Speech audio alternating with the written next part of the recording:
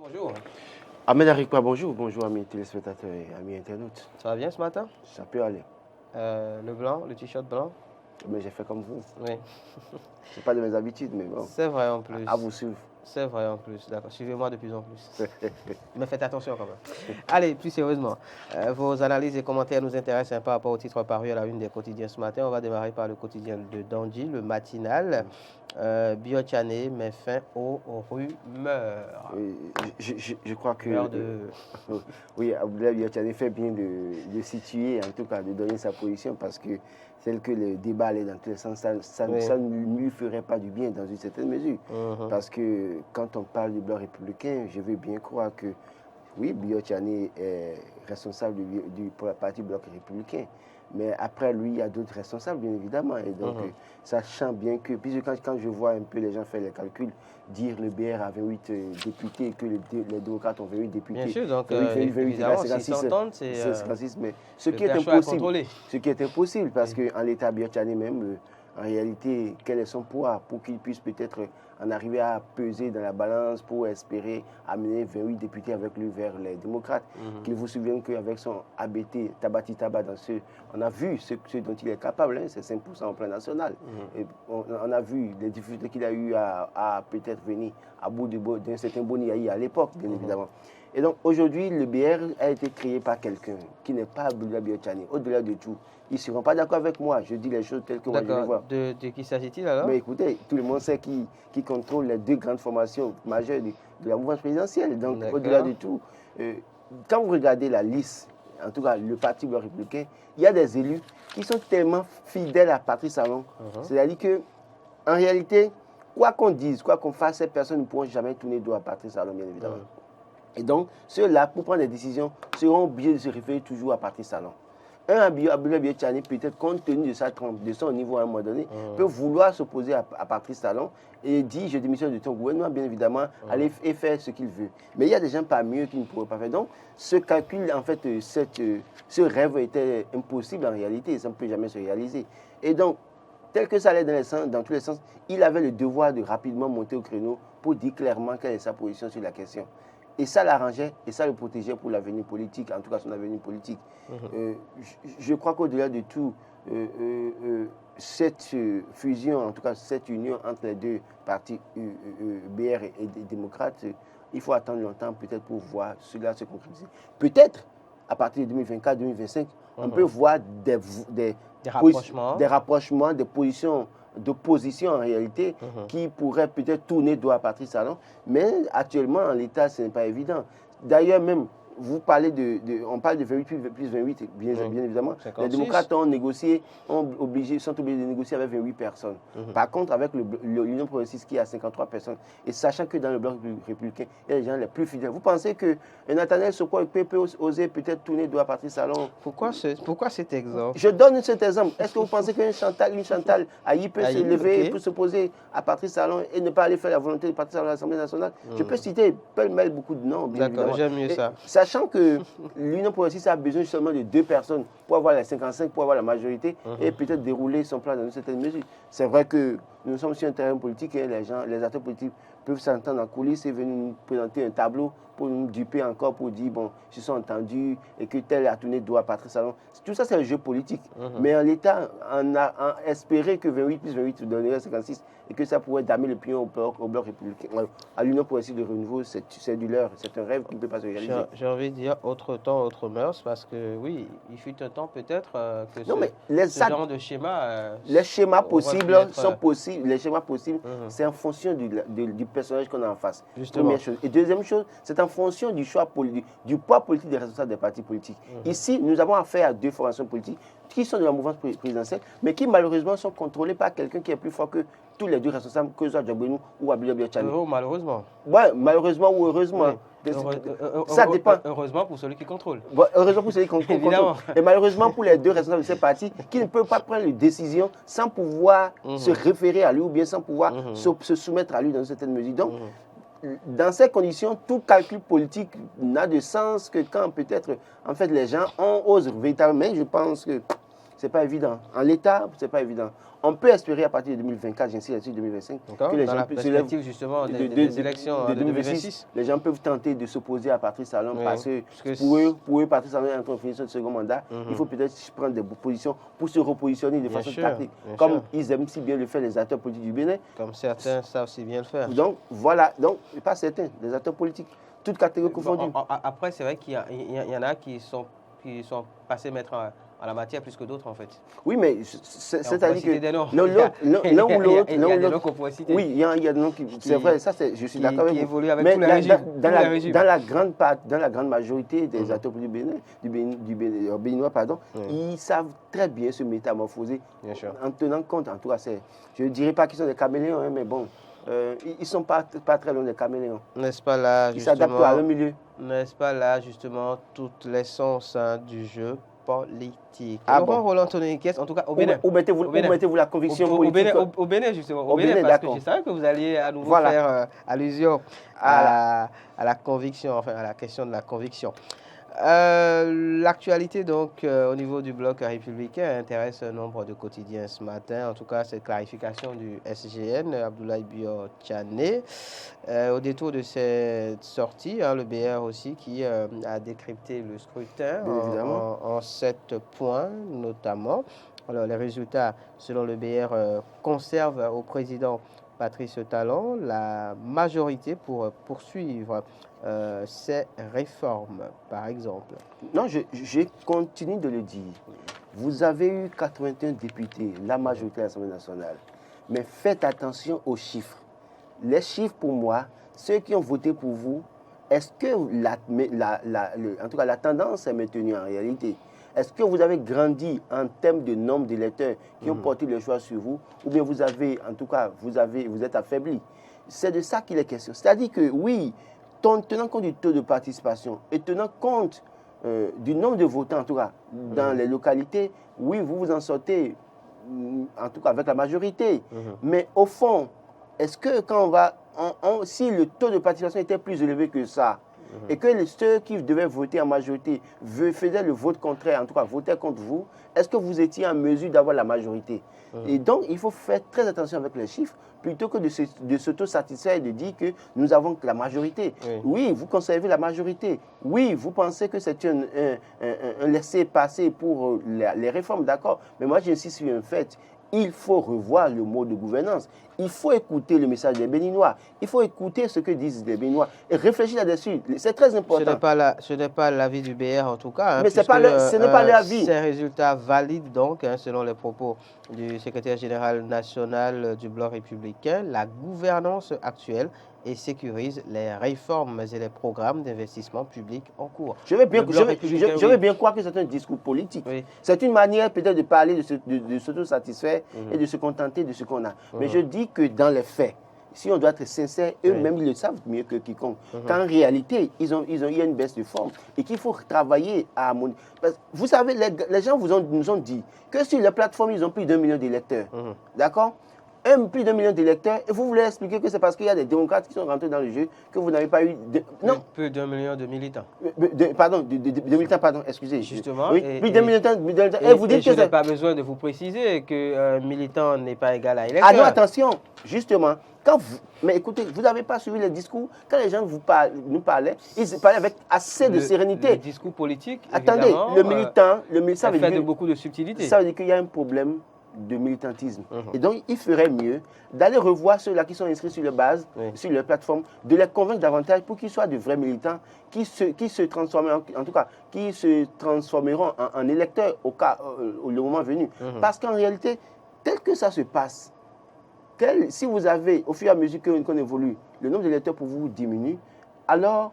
Il faut se poser des questions, justement. Il faut se poser des questions. Et d'ailleurs, en la matière, vous ne pensez pas si bien dire, le bloc républicain qui estime que ce scrutin du 8 janvier confirme son ancrage national et prévoit quand même un atelier national en vue de tirer les grandes conclusions.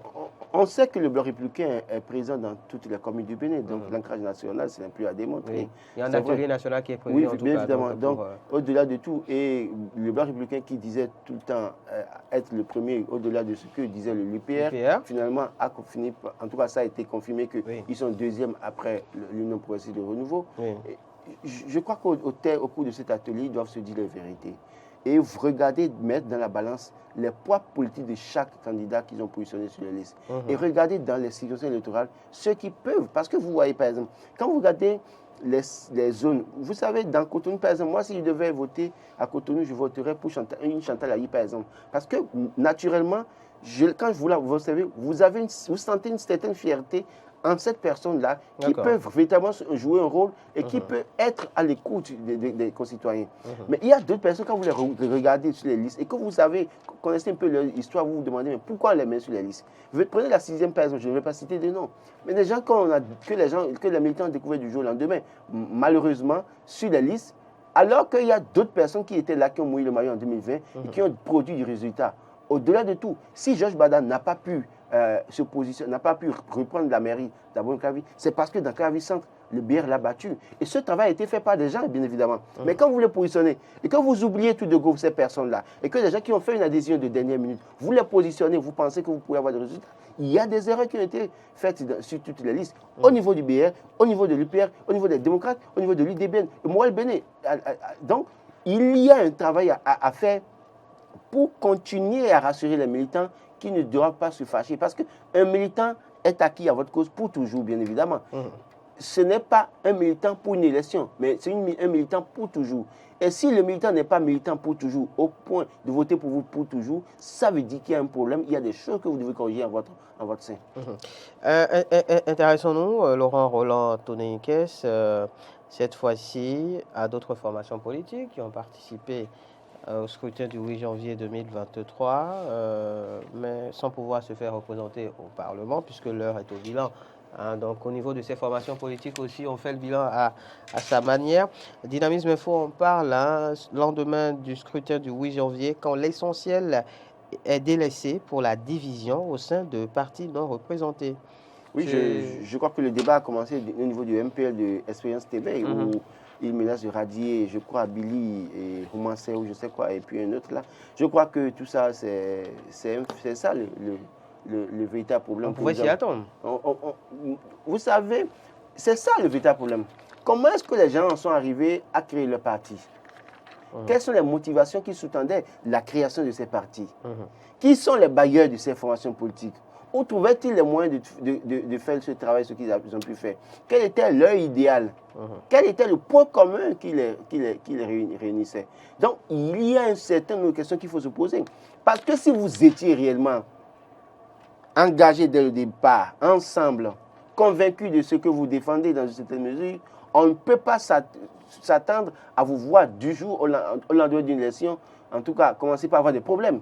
Et c'est exactement ce qu'on voit avec le MPL, qu'il vous souvient ce qu'on a connu avec Irénée Agossa et Corentin Corroy, malheureusement.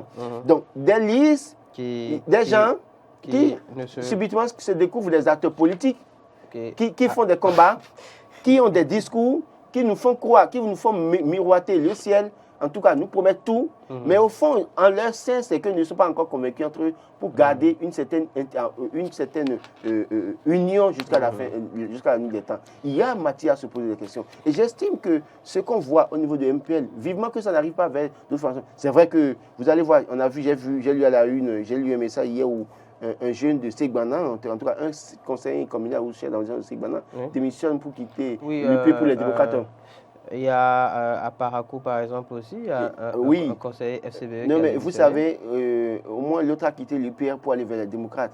Mais l'autre dit qu'il démissionne pour convenance personnelle. Et quand les acteurs politiques commencent à vous dire convenance personnelle... Bien sûr, il y a forcément un point de chute. Oui, non, mais ce n'est pas forcément un point de chute. Vivement qu'il ne fasse pas comme Théophile Yarou.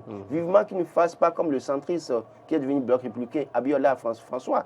Mais qui, en démissionnant du conseil communal, qui finalement, qui nous disent réellement d'abord ce pourquoi il est parti, et que ce n'est pas parce qu'il veut aller à la mouvance qu'il parle de convenance personnelle. Parce que la plupart du temps, soit ils sont centristes, soit ils démissionnent pour convenance personnelle, et paf, depuis juin, vous les revoyez du côté de la rupture, parce que peut-être que ça ne commence pas à chauffer pour eux. Alors, ça, c'est une parenthèse. Oui. Mais pour dire quoi, le MPL, aujourd'hui, certainement que ce qu'on voit, on a encore une élection dans 3 ans.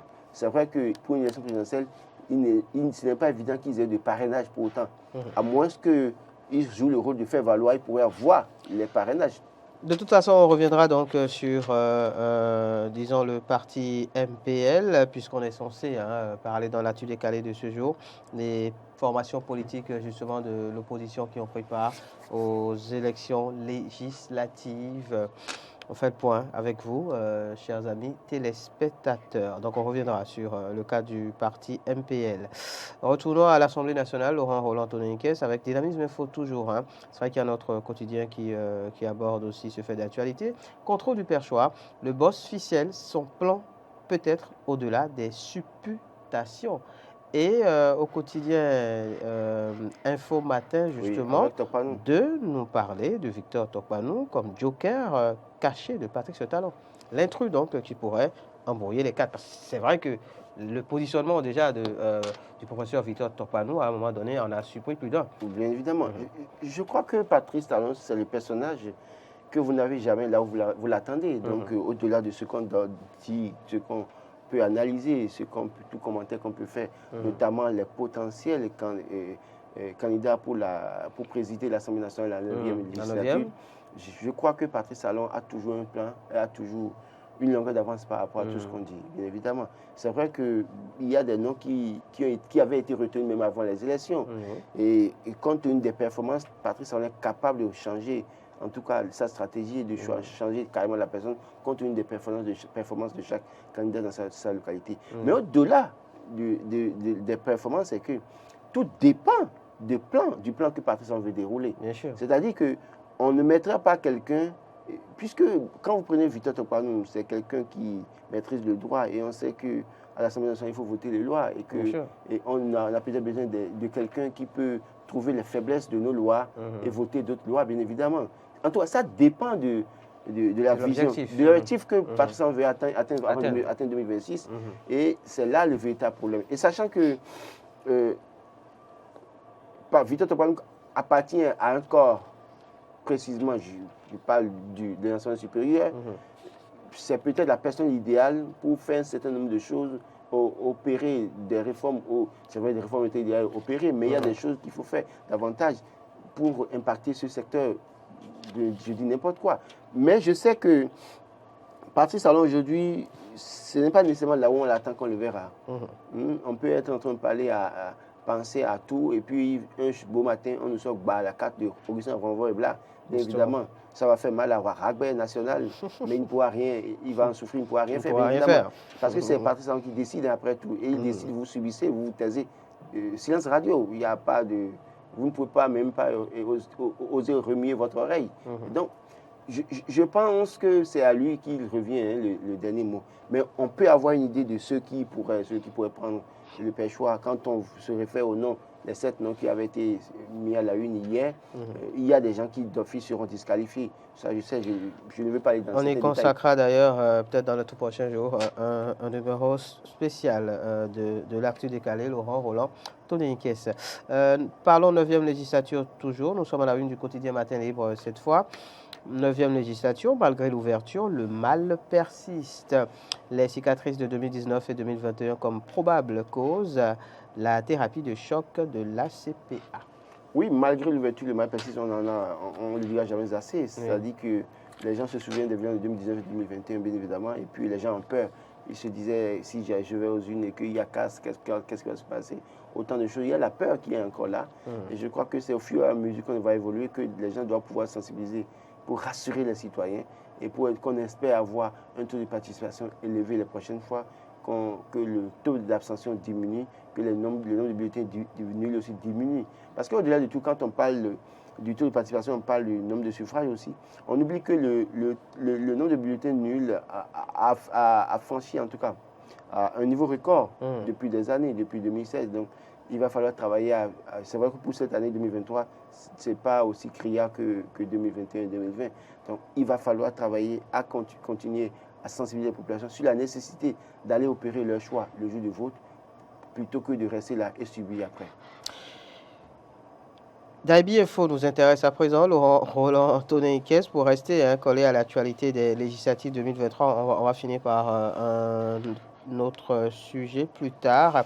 Donc, à la une du quotidien Daibi Info, réélu pour un nouveau mandat à l'Assemblée nationale et la razzia de l'UPR.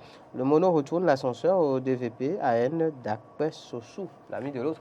Oui, c'est ce que je... L'ami de Anissé. Anissé Michel, le Kossa. Salut. Oui. Mais en fait, c'est ce que je disais, je crois lundi, ou mardi, qu'en réalité, dans certaines localités, les gens n'ont pas voté pour les réformes de Patrice Talon. En réalité, les gens ont voté pour les fils du terroir et pour des gens qui sont à l'écoute, en tout cas, des populations.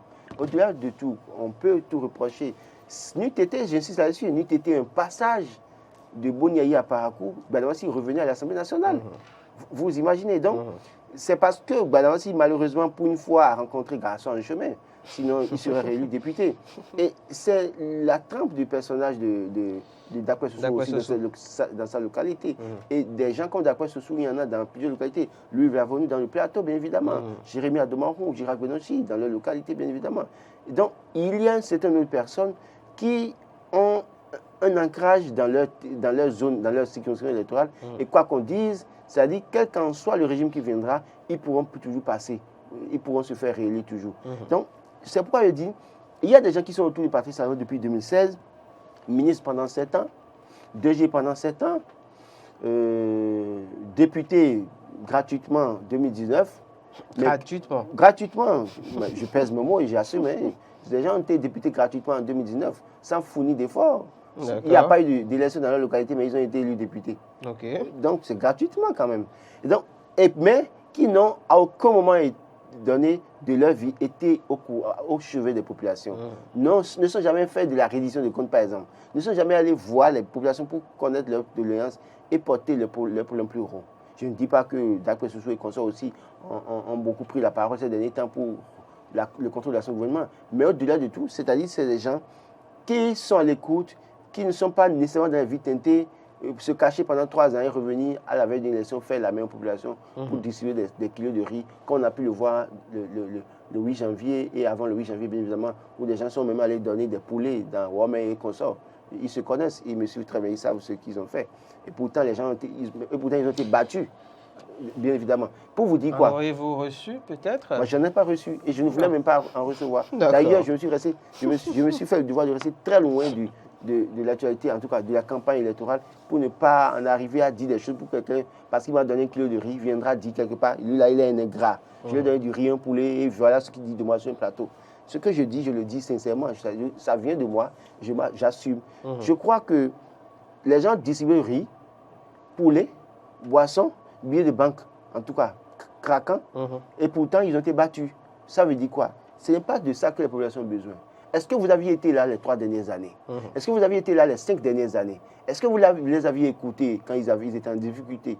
C'est autant de choses qu'il faut prendre en compte.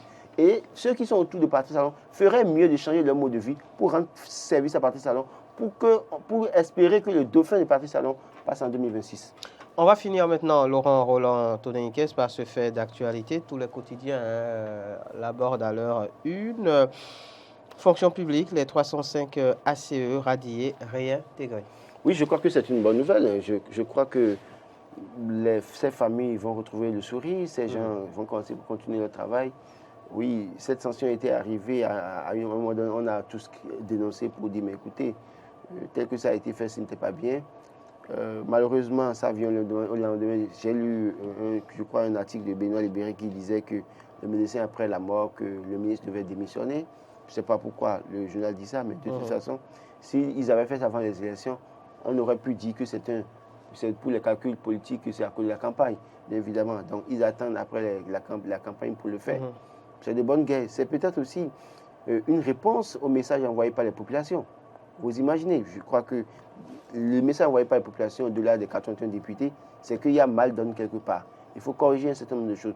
Et donc, cette action du gouvernement aujourd'hui montre clairement que oui, il faut arranger les choses, il faut voir le mode de gouvernance, il faut voir la stratégie avec laquelle on aborde les questions et faire en sorte que pour les années à venir, on puisse avoir l'adhésion populaire.